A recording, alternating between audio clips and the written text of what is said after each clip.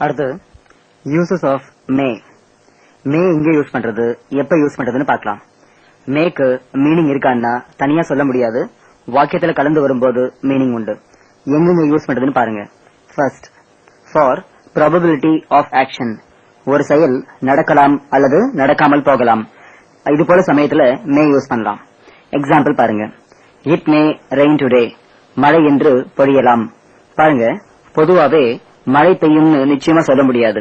பெய்யலாம் அல்லது பெய்யாமல் போகலாம். இது போல நிச்சயம் இல்லாத இடங்கள்ல தான் இந்த மேவை யூஸ் பண்ணணும். மேக்கு முன்னால இருக்கிற இட்டுக்கு இது அதுன்ற மீனிங் கிடையாது. ஏன் மீனிங் இல்லைன்றத பத்தி இன்னொரு கிளாஸ்ல டீச் பண்றேன். அடுத்து இந்த எக்ஸாம்பிள் பாருங்க. அத்வானி மே வின் தி எலெக்ஷன். அத்வானி தேர்தலில் ஜெயிக்கலாம். தேர்தலில் ஜெயிப்பேன்னு நிச்சயமா சொல்ல முடியாது. ஜெயிக்கலாம், ஜெயிக்காமலும் போகலாம். அதனால மே வின் போட்டிருக்கேன். அடுத்த எக்ஸாம்பிள் பாருங்க. I may get a government job. எனக்கு ஒரு அரசாங்க வேலை கிடைக்கலாம். கிடைக்கலாம் அல்லது கிடைக்காமல் போகலாம். இப்போ மே கெட் யூஸ் பண்ணும், ஏன்னா இது நிச்சயம் இல்லாத ஒரு செயல். அடுத்து இதை பாருங்க. இட் மே பி மேல் பேபி ஆர் ஃபீமேல் பேபி. அது ஆண் குழந்தையாகவோ அல்லது பெண் குழந்தையாகவோ இருக்கலாம். இது போல நிச்சயம் இல்லாத செயலையோ அல்லது தன்மையோ சொல்றதுக்கு மே யூஸ் பண்ணலாம். இதே மே என்ற வார்த்தையை பொலைட் கொஸ்டின்ஸ்க்கும் யூஸ் பண்ணலாம். அதாவது தாழ்மையா அல்லது பணிவா கேட்கறதுக்கும் இதை யூஸ் பண்ணலாம். பாருங்க, ஃபார் பொலைட் கொஸ்டின்ஸ், அதாவது தாழ்மையான அல்லது பணிவான கேள்விகளுக்கு மே யூஸ் பண்ணலாம். இங்க மேக்கு மீனிங் கிடையாது, தாழ்மையை குறிக்கும், அவ்வளவுதான். எக்ஸாம்பிள்ஸ் பாருங்க. மே ஐ கம் இன். இது உங்க எல்லாருக்குமே நல்லா தெரிஞ்ச ஒரு கேள்வி. நான் உள்ளே வரலாமா? May help you. நான் உங்களுக்கு உதவலாமா? மே நோ யுவர் நேம். நான் உங்களுடைய பெயரை தெரிந்து கொள்ளலாமா? மே ஆஸ்க் யூ ஒன் திங். நான் உங்களை ஒன்று கேட்கலாமா? இது போல நிறைய கொஸ்டின்ஸ் கேட்கலாம். உதவி எதிர்பார்த்து கேட்கறதுக்கு 4 கேள்விகள் இருக்கு. என்னென்னா could, would, may, can. ரொம்ப தாழ்மையா கேட்கிற கேள்வி could. இது எப்பவுமே ரொம்ப தாழ்மையா கேட்கறதுக்கு குட்ல ஆரம்பிக்கணும். அதை விட கொஞ்சம் தாழ்மை கம்மியா இருக்கணும்னா would போட்டுக்கலாம். அதை விட இன்னும் கம்மியானா மே போடலாம். கடைசியா கேன் போட்டும் கேள்வி கேட்கலாம். பட் இது அந்த அளவுக்கு தாழ்மையான கேள்வி கிடையாது. இந்த நாளத்துல எதுல வேணாலும் ஆரம்பிக்கலாம். இடத்துக்கு ஏத்த மாதிரி இந்த நாளத்துல ஏதாவது ஒண்ணு எடுத்துக்கணும், அவ்வளவுதான். என்ன புரியுதா? சரி, அடுத்து நாம பார்க்க போறது யூசஸ் ஆஃப் மைட். மேயுடைய பாசன்ஸ் தான் மைட். மைட்டுக்கு மீனிங் கிடையாது. நடைமுறையில இந்த மைட்டை அதிகமா யாரும் யூஸ் பண்றது கிடையாது. மைட் யூஸ் பண்ற இடங்களை சொல்றேன், ஒவ்வொன்னா கவனிங்க. First use in indirect speech. Indirect ஸ்பீச்ல யூஸ் ஆகும். டைரக்ட்ல இருந்து இன்டைரக்டுக்கு மாத்தும் போது மே மைட் ஆகும். எக்ஸாம்பிள் கவனிங்க. Russia may support India said VP Singh. இது இன்டைரக்ட்ல VP Singh told that Russia might support India. ரஷ்யா இந்தியாவை ஆதரிக்கலாம் என்று விபி சிங் கூறினார். இது போல இன்டைரக்ட் ஸ்பீச்ல வர மைட்டுக்கு மே மீனிங் தான் எடுத்துக்கணும், மைட் மீனிங் எடுத்துக்க முடியாது. ஓகே, சரி. இன்னொரு எக்ஸாம்பிள் பாருங்க. You may become the prime minister of India said the English teacher. இது இன்டைரக்ட்ல the English teacher told that I might become the prime minister of India. நான் இந்தியாவின் பிரதமர் ஆகலாம் என்று ஆங்கில ஆசிரியர் கூறினார். மே மைட் ஆகுது, அவ்வளவுதான்.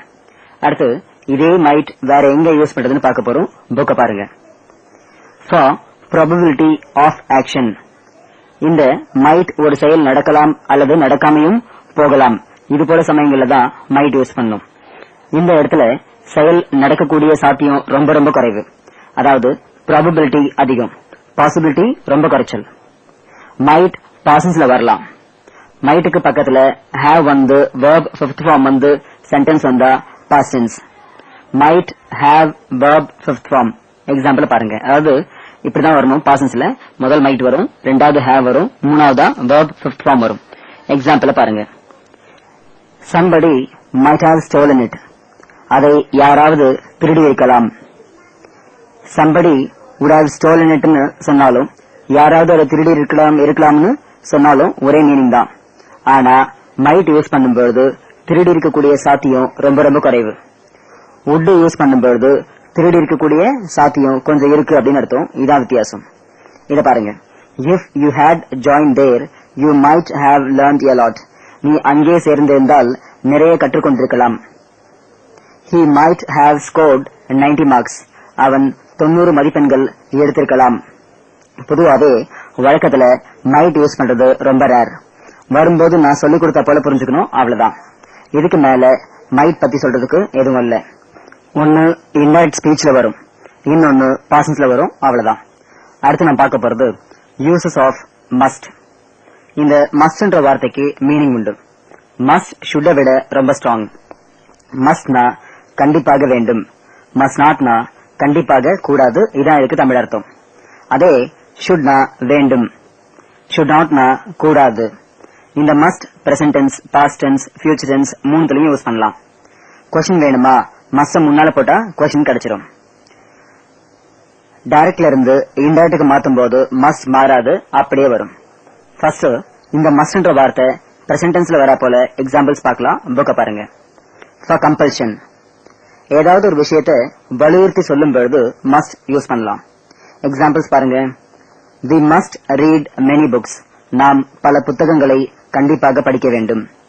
Everyone must obey traffic rules. ஒவ்வொருவரும் சாலை விதிமுறைகளை கண்டிப்பாக கடைபிடிக்க வேண்டும். You must study whatever I teach. நான் டீச் பண்றதெல்லாம் கண்டிப்பாக நீ படிக்க வேண்டும். You must not believe anything blindly. நீ எதையும் குருட்டுத்தனமாக நம்பக்கூடாது. Must notனா கண்டிப்பாக கூடாது அப்படின்னு அர்த்தம். We must not forget our mother tongue. நாம் நம் தாய்மொழியை கண்டிப்பாக மறக்க கூடாது. இது போல மஸ்ட்னா கண்டிப்பாக வேண்டும், மஸ்ட் நாட்னா கண்டிப்பாக கூடாதுன்னு மீனிங் வரும். இத பாசன்ஸ்லயும் யூஸ் பண்ணலாம். இந்த மஸ்ட் பாசன்ஸ்லயும் யூஸ் பண்ணலாம். பாசன்ஸ் யூஸ் பண்ணும் பொழுது எப்பவும் மஸ்டுக்கு பக்கத்துல ஹேவ் போட்டு, அதுக்கு பக்கத்துல verb fifth form போட்டு தான் வரும். must have verb fifth form இப்படிதான் வரும். எக்ஸாம்பிள்ஸ் பாருங்க. past tense, you must have brought your book. நீ உன் புத்தகத்தை கண்டிப்பாக கொண்டு வந்திருக்க வேண்டும். Suresh must have come at 4:30. Suresh 4:30க்கு கண்டிப்பாக வந்திருக்க வேண்டும், ஆனா வரலன்ற அர்த்தம். இங்க இந்த கம்ன்ற வார்த்தை ஃபர்ஸ்ட் ஃபார்ம் கிடையாது, verb fifth form. ஏன்னா ஃபர்ஸ்ட் ஃபார்முக்கும் ஃபிஃப்த் ஃபார்முக்கும் ஒரே ஸ்பெல்லிங், அதனால கன்ஃபியூஸ் ஆயிடுவீங்க, புரிஞ்சுங்க. இதுல மஸ்ட் பாத்தீங்கன்னா செயல் முடிஞ்ச பிறகு சொல்லணும். இந்த மஸ்ட் பாசன்ஸ்ல யூஸ் பண்ணும்போது செயல் முடிஞ்ச பிறகு சொல்லணும். இத பாருங்க. I must not have agreed for this.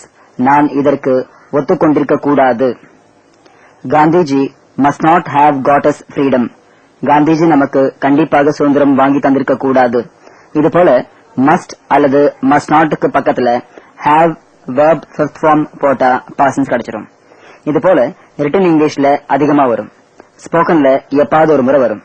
சரி, அடுத்து மஸ்ட் ஃபியூச்சர் டென்ஸ்ல எப்படி யூஸ் பண்றோம்ன்றத பாருங்க. Future tense. We all must die one day or other. நாம் அனைவரும் ஒரு நாள் இல்லை ஒரு நாள் கண்டிப்பாக மடிந்தே ஆக வேண்டும். All the students must pay the school fees before 15th March. எல்லா மாணவர்களும் மார்ச் 15ஆம் தேதிக்கு முன்னால் ஃபீஸ் கண்டிப்பாக செலுத்த வேண்டும்.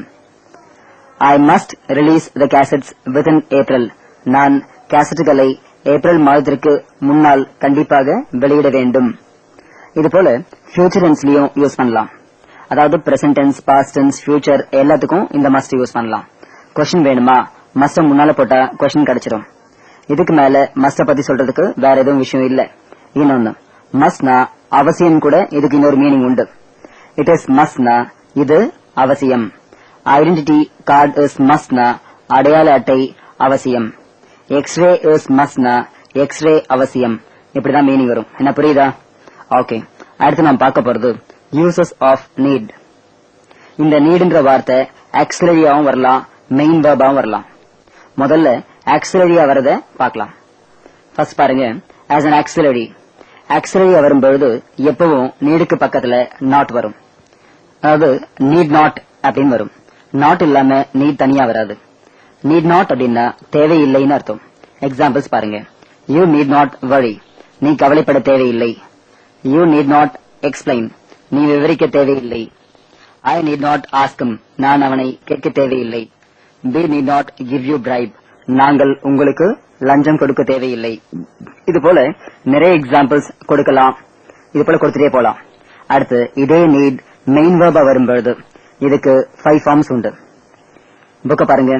as a main verb, need, needs, needing, needed, needed. Main verb வரும்போது 5 ஃபார்ம்ஸ். நீடுக்கு மீனிங் இங்க என்னன்னா தேவை அப்படின்னு அர்த்தம்.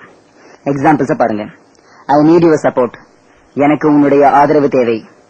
To you need an umbrella, உனக்கு ஒரு குடை தேவையா? he needed my recommendation, அவனுக்கு என்னுடைய சிபாரிசு தேவைப்பட்டது. I do not need teachers guidance, எனக்கு ஆசிரியருடைய வழிகாட்டி தேவைப்படவில்லை. why do you need education, உனக்கு ஏன் கல்வி தேவை? இது போல பல எக்ஸாம்பிள்ஸ் நீங்களும் சொல்லலாம். இதே நீடுக்கு நவுன்ல தேவைன்னு இன்னொரு அர்த்தம் உண்டு. பேசிக் நீட்ஸ் அப்படின்னா அடிப்படை தேவைகள் அப்படின்னு அர்த்தம். ஹோம் நீட்ஸ் அப்படின்னா வீட்டு தேவைகள் அப்படின்னு அர்த்தம். இதையும் தெரிஞ்சுக்கங்க. ஓகே, அடுத்து நாம் பார்க்க போறது uses of have to. Have டுனாலும் ஷுட்னாலும் மீனிங் ஒன்னு. ஹேவ் டுனா வேண்டும்னு அர்த்தம். ஹேவ் டு பிரசன்ட் டென்ஸ்ல வரும், பாஸ்டென்ஸ்ல வரும், ஃபியூச்சர்ல வரும். I have to learn French, நான் பிரெஞ்ச் கற்றுக்கொள்ள வேண்டும். இங்க ஹேவ் டுக்கு பதிலா ஷுட்டும் போடலாம். ஐ ஷுட் லேர்ன் பிரெஞ்ச்னு சொல்லலாம். மீனிங் ஒண்ணுதான். ஹேவ் டு பேசும்போது யூஸ் பண்ணுங்க. she has to come soon, அவள் சீக்கிரமாக வர வேண்டும். இங்க ஏன் has to போட்டிருக்கேன்னா she சிங்குலர், அதனால has to போட்டிருக்கேன். இதே புளூரலா இருந்தா have to போட்டிருப்பேன். ஐக்கு பக்கத்துல have to ஏன் போட்டிருக்கேன்னா ஐக்கு மட்டும் have to போடணும். முதல்லயே டென்ஸ் எடுக்கும்போது இத பத்தி சொல்லியிருக்கேன். you have to get up early morning, நீ விடியற் காலையில் எழுந்திருக்க வேண்டும். they have to arrest the convicts, அவர்கள் குற்றவாளிகளை கைது செய்ய வேண்டும். I had to stay there, நான் அங்கே தங்க வேண்டியிருந்தது. had to past tense, தங்க வேண்டியிருந்ததுன்னு வருது பாருங்க. so had என்ன past tense, அதே have has இருந்தா present tense. so hadக்கு என்ன மீனிங் வருது? வேண்டியிருந்தது அப்படின்ற மீனிங் வரும். இதே Padma had to do rehearsal அப்படின்னா பத்மா ஒத்திகை செய்ய வேண்டியிருந்தது. இது போல present tenseல have to அல்லது has to, past tenseல had to. என்ன புரியுதா? ஓகே, இப்போ அடுத்து நாம் பார்க்க போறது என்னன்னா uses of used to. இத உச்சரிக்கும் போது used to அப்படின்னு உச்சரிக்கணும், used to அப்படின்னு உச்சரிக்க முடியாது. அதாவது இந்த used to சொல்லும் போது இத சாஃப்டா உச்சரிக்கணும். சரி, புக்க பாருங்க, இது எங்க யூஸ் பண்றது அப்படின்னு தெரிஞ்சுக்கலாம். First one, for discontinued actions only. அதாவது என்ன அர்த்தம்னா முற்று பெற்ற அல்லது முடிந்து போன செயல்களுக்கு மட்டும்தான் used to யூஸ் பண்ணணும். எக்ஸாம்பிள் கவனிங்க. I used to fight with my sister, நான் என் அக்காவிடம் அல்லது சகோதரியிடம் சண்டை போடுவேன். அதாவது முதல்ல உண்டு, இப்பெல்லாம் சண்டை போறதில்ல அப்படின்னு அர்த்தம். those days politicians used to cheat in lakhs. அப்பெல்லாம் அரசியல்வாதிகள் லட்சக்கணக்கில் ஏமாற்றுவார்கள். இப்பெல்லாம் உங்களுக்கே தெரியும். அதை இதை பாருங்க. we used to do combined study when I was in hostel. நாங்க ஹாஸ்டல்ல இருக்கும் பொழுது கம்பைன் ஸ்டடி பண்ணுவோம். இப்ப பண்ணல, ஹாஸ்டல்ல இருக்கும் போது கம்பைன் ஸ்டடி பண்ணுவோம். இது பாருங்க. the teachers used to advise us a lot. Teacher நிறைய அட்வைஸ் பண்ணுவாங்க. இப்ப பண்றது கிடையாது, ஏன்னா ஸ்கூல் நின்னாச்சு, இப்ப நான் வேலைக்கு போறேன். அந்த காலத்துல என்ன டீச்சர் எனக்கு ரொம்ப அட்வைஸ் பண்ணாங்க அப்படின்னு அர்த்தம். I used to study English summaries by heart without understanding. நான் சம்மரிஸ்லாம் புரிஞ்சுக்காம அப்படியே மனப்பாடம் செய்வேன். இப்ப அப்படி படிக்கிறது இல்லைன்னு அர்த்தம். சரி, இது போல நீங்களும் நிறைய எக்ஸாம்பிள்ஸ் கொடுத்துட்டே போலாம். என்ன புரியுதா? ஓகே, இது வரைக்கும் நீங்க இந்த கிளாஸ்ல பார்த்தது can, could, may, might, must, need, used to, have to, இதெல்லாம் எங்க யூஸ் பண்றது, எப்ப யூஸ் பண்றதுன்னு பாத்தீங்க. இது எல்லாமே ரொம்ப ரொம்ப இம்பார்ட்டன்ட். புரியலன்னா புரியுற வரைக்கும் ரீவைண்ட் பண்ணி போட்டு பாருங்க. இதுக்கு மேல நான் டீச் பண்றதுக்கு இன்னைக்கு நேரம் இல்ல. நான் எக்ஸசைஸ்ல என்ன செய்ய சொல்லிருக்கணும் அதை செஞ்சு பாருங்க. சோ இதோட என்ன கிளாஸ முடிக்கிறேன். Will see tomorrow. Thank you. இன்னும் நிறைய தெரிஞ்சுக்கணும்னா என்னுடைய வீடியோ சிடியை வாங்கி பாருங்க, ரொம்ப யூஸ்ஃபுல்லா இருக்கும். இந்த சிடிஸ் இல்லாம நீங்க என்கிட்ட நேரடியாவும் கத்துக்கலாம், ஆன்லைன்ல அதாவது ஸ்கைப் மூலமாவும் கத்துக்கலாம், அல்லது மொபைல் வழியாவும் கத்துக்கலாம். டீடைல்ஸ் வேணும்னா என்னுடைய மொபைல் நம்பருக்கு கால் பண்ணுங்க. 9442462000 அல்லது லேண்ட்லைன் நம்பர் 24333325க்கு கால் பண்ணுங்க. நம்ம வெப்சைட் www.sagaenglish.in. அட்ரஸ் 568 அண்ணா சாலை, தேனாம்பேட்டை, சென்னை 18.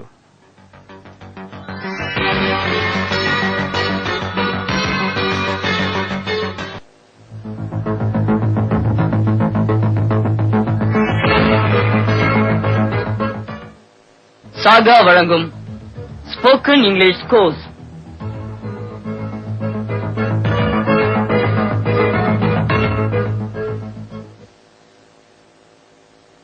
Good morning. இன்னைக்கு கிளாஸ்ல நாம பார்க்க போறது ஆக்சிலரேட்டர்ஸ் பத்தி இன்னும் சில முக்கியமான விஷயங்கள் பார்க்க வேண்டியிருக்கு. அதை பார்க்கலாம். நான் நேற்று நடத்தியதெல்லாம் படிச்சு பார்த்துப்பீங்கன்னு நினைக்கிறேன். படிங்க அடிக்கடி சொல்றதுக்கு நீங்க சின்ன குழந்தை கிடையாது. நீங்களே ஓன் இன்ட்ரெஸ்ட்ல படிக்கணும். சரி, விஷயத்துக்கு வரலாம். உங்களுக்கு நேத்தோட இந்த ஆக்சிலரிஸ் எல்லாத்தையும் சொல்லிக் கொடுத்தாச்சு. இன்னைக்கு அதே ஆக்சிலரிஸ் பத்தி சில விஷயங்கள் பார்க்கலாம். சரி, புக்ல இருக்கிற டேபிள பாருங்க. அதை ஏன் கொடுத்திருக்கேன்னா, இந்த must, should, good, would, might இந்த அஞ்சும் சென்டென்ஸ்ல எங்கெங்க வரும் அல்லது எதுக்கெல்லாம் முன்னால மட்டும் இந்த அஞ்சையும் யூஸ் பண்ணணும் அப்படின்னு பார்க்க போறீங்க. இதெல்லாம் எந்த புக்லயும் கொடுத்திருக்காது. அதனால நல்லா கவனிங்க. இந்த must, should, good, would, might இதுக்கெல்லாம் முன்னால என்ன வந்தாலும், சிங்குலர் வந்தாலும் புளூரல் வந்தாலும் நான் டேபிள்ல லாஸ்ட் காலம்ல கொடுத்திருக்கிற 10 இடங்களுக்கு முன்னால மட்டும்தான் வரும். வேற எங்கேயும் வராது. Must, should, good, would, might இந்த அஞ்சுல ஒவ்வொன்னும் அந்த 10 இடங்கள்ல மட்டும் வரும். மஸ்டும் 10 இடங்களுக்கு முன்னால வரும், ஷுட்டும் 10 இடங்களுக்கு முன்னால வரும், குட்டும் 10 இடங்களுக்கு முன்னால வரும், வுட்டும் அப்படித்தான், மைட்டும் அப்படித்தான். டேபிள்ல கொடுத்திருக்கிறத பாருங்க. ஷுட் எடுத்துக்கிட்டு படிக்கிறேன், கவனிங்க. Active voice. ஷுட் ரைட் எழுத வேண்டும்.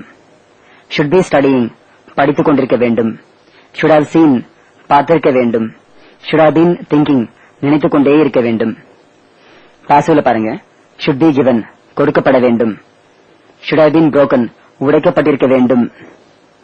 இதே வித்தவுட் வெர்ப்ல வரும்போது ஷுட் பி an idiot ஒரு முட்டாளாக இருக்க வேண்டும்.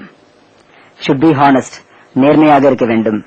ஷுட் பி சம்வேர் எங்கேயாவது இருக்க வேண்டும். ஷுட் பி இன் சிங்கப்பூர் சிங்கப்பூரில் இருக்க வேண்டும். இது போல இந்த 10 இடங்கள்ல மட்டும்தான் யூஸ் பண்ணணும். டேபிள பாருங்க. அதாவது ஆக்டிவ் வாய்ஸ்ல ஷுட்டுக்கு பக்கத்துல வெர்ப் ஃபர்ஸ்ட் ஃபார்ம் மட்டும் வரும். அப்புறம் பி போட்டு அதுக்கு பக்கத்துல தேர்ட் ஃபார்ம் யூஸ் பண்ணலாம். ஹேவ் போட்டு பக்கத்துல வெர்ப் ஃபிஃப்த் ஃபார்மும் போடலாம். ஹேவ் பீன் போட்டு வெர்ப் தேர்ட் ஃபார்மும் போடலாம். இது போல வந்தா ஆக்டிவ் வாய்ஸ். அது பாசிவ்ல பி போட்டு பக்கத்துல வெர்ப் ஃபிஃப்த் ஃபார்மும் போடலாம். ஹேவ் பீன் போட்டு பக்கத்துல ஃபிஃப்த் ஃபார்மும் போடலாம். இப்படி வந்தா இது பாசிவ் வாய்ஸ். ஆக்டிவ் வாய்ஸ்ல இந்த must, should, good, would, might அஞ்சும் 4 இடங்கள்ல வரும். பாசிவ் வாய்ஸ்ல இந்த அஞ்சும் 2 இடங்கள்ல வரும். வித்தவுட் வெர்ப்ல இந்த அஞ்சும் 4 இடங்கள்ல வரும். சரி, அடுத்து வித்தவுட் வெர்ப் பாருங்க. ஷுட்டுக்கு பக்கத்துல பி போட்டு அடுத்து நவுன் வரலாம், அட்ஜெக்டிவ் வரலாம், அட்வர்ப் வரலாம், ப்ரிபோஷன் வரலாம். இந்த 4த்துல ஏதாவது ஒன்னு வரலாம். மேல கொடுத்திருக்க இந்த 10 இடங்கள்லயும் நான் கொடுத்திருக்க வெர்ப் தான் இல்ல, எந்த வெர்ப் வேணாலும் போடலாம். அதாவது நான் கொடுத்திருக்க வெர்ப் தான் வரணுன்றது கிடையாது, எந்த வெர்ப் வேணாலும் போடலாம். எந்த வெர்ப் போட்டாலும் நான் பிராக்கெட்ல என்ன ஃபார்ம்ல வரும்னு சொல்லியிருக்கணும், அந்த ஃபார்ம் தான் வரும். அதே போல எந்த நவுன் வேணாலும் போட்டுக்கலாம், எந்த அட்ஜெக்டிவ் வேணாலும் வரலாம், எந்த அட்வர்ப் வேணாலும் வரலாம், எந்த ப்ரிபோஷன் வேணாலும் போட்டுக்கலாம். ஓகே, நான் ஷுட் யூஸ் பண்ணி முதல்ல படிச்ச மாதிரி மஸ்ட், வுட், குட், மைட் இதுல எதை வேணாலும் போட்டு படிச்சுக்கலாம். எதை போட்டு பேசினாலும் எழுதினாலும் இந்த 10 இடங்கள்ல மட்டும்தான் வரும். நீங்க படிக்க வேண்டியது பிராக்கெட்ல இருக்கிறது தான். ஓகே, அப்புறம் இந்த must, should, good, would, might இதுக்கெல்லாம் பக்கத்துல நாட் போட்டா நெகட்டிவ் ஃபார்ம் கிடைக்கும். இந்த டேபிள்ல இருக்கிற விஷயங்கள் முக்கியமானது, அப்படியே மனப்பாடம் பண்ணி தான் ஆகணும். இதுக்கு மேல இந்த டேபிளை பத்தி டீச் பண்றதுக்கு எதுவும் பாயிண்ட் கிடையாது. ஓகே, அதனால அடுத்து போலாம். புக்க பாருங்க. இப்போ என்ன பார்க்க போறோம்னா, நாட்டுன்ற வார்த்தையே எந்தெந்த வார்த்தை கூட மட்டும் சேர்க்கறதுன்றத பார்க்க போறோம். சரியா சொல்லணும்னா, நாட்டுன்ற வார்த்தையை சென்டென்ஸ்ல சேர்த்தா நெகட்டிவ் மீனிங் கிடைக்கும், அதாவது இல்லன்ற மீனிங் கிடைக்கும். இந்த நாட் ஆக்சிலரிஸ்க்கு பக்கத்துல மட்டும்தான் வரும். அது பக்கத்துல மட்டும்தான் வரணும். நோனாலும் இல்லன்ற அர்த்தம் தான், நாட்னாலும் இல்லன்ற அர்த்தம் தான். ஆனா நாட் வர இடங்கள்ல நோ படக்கூடாது, நோ வர இடங்கள்ல நாட் படக்கூடாது. நாட் ஆக்சிலரிஸ்க்கு பக்கத்துல மட்டும் வரும். ஆனா no, am, is, are, was, were, shall be, will be இந்த 7க்கு பக்கத்துல மட்டும் வரும். இதுக்கெல்லாம் பக்கத்துல நாட்டும் போடலாம்.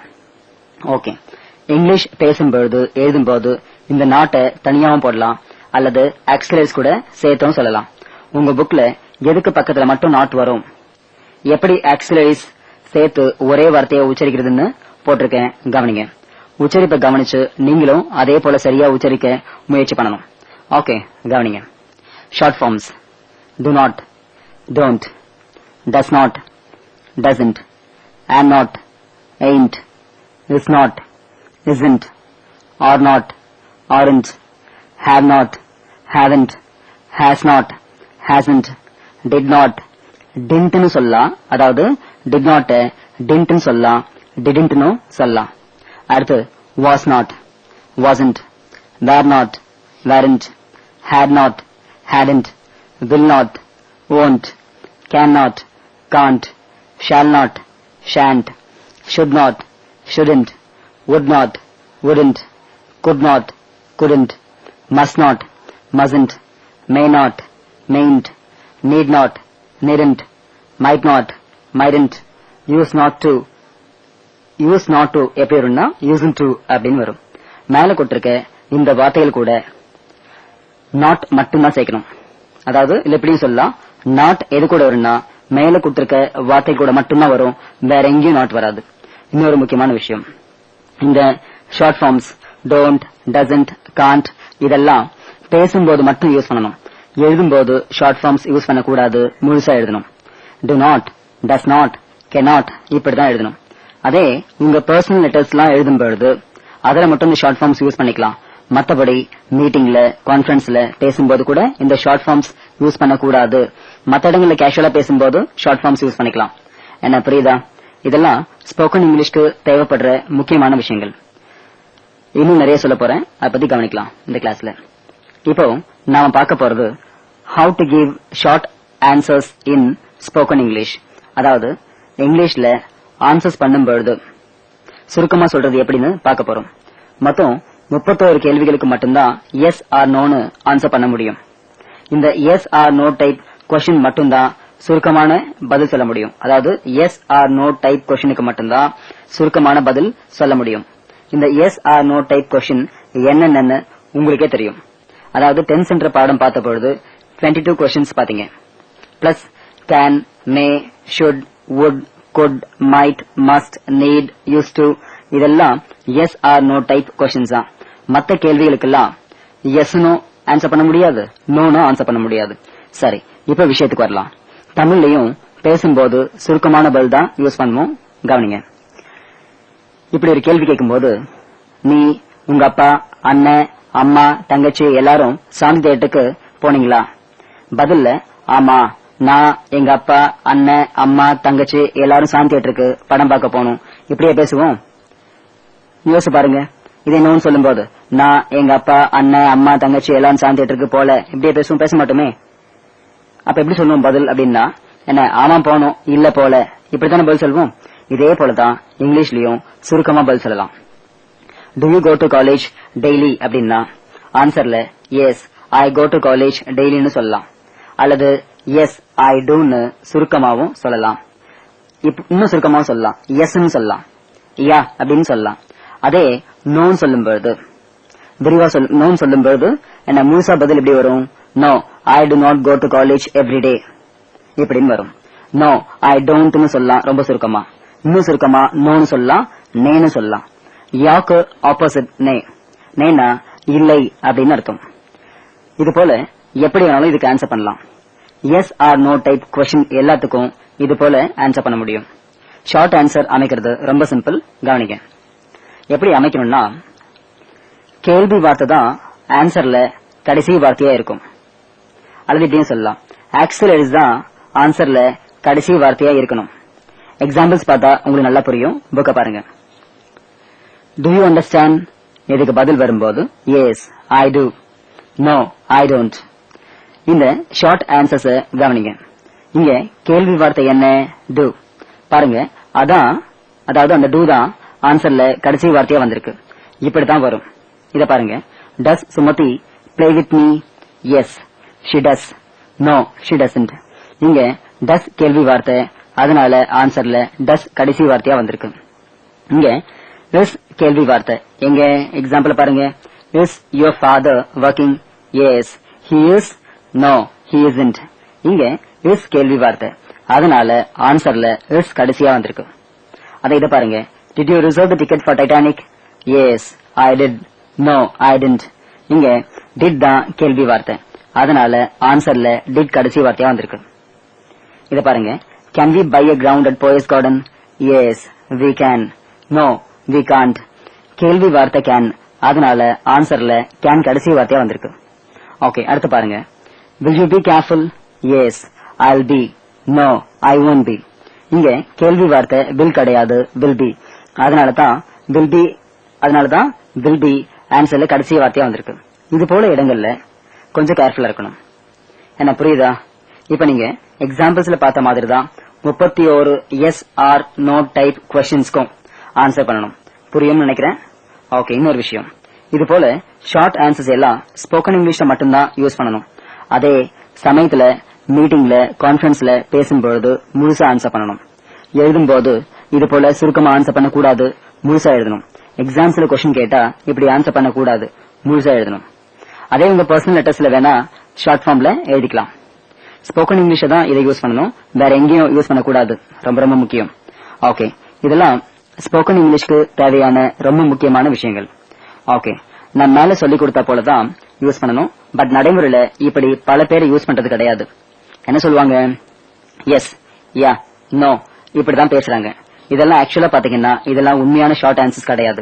இப்படி நீங்களும் ஆன்சர் பண்ணலாம். என்ன ஒண்ணு, முறையான கேள்வி என்ன அல்லது பதில் என்ன அப்படின்னு தெரிஞ்சுக்கிட்டு பேசினா நல்லது. ஆல்ரைட், நாம அடுத்து இதே ஸ்போக்கன் இங்கிலீஷ்க்கு தேவைப்படுற இன்னொரு முக்கியமான விஷயம் பத்தியும் பார்க்க போறோம்.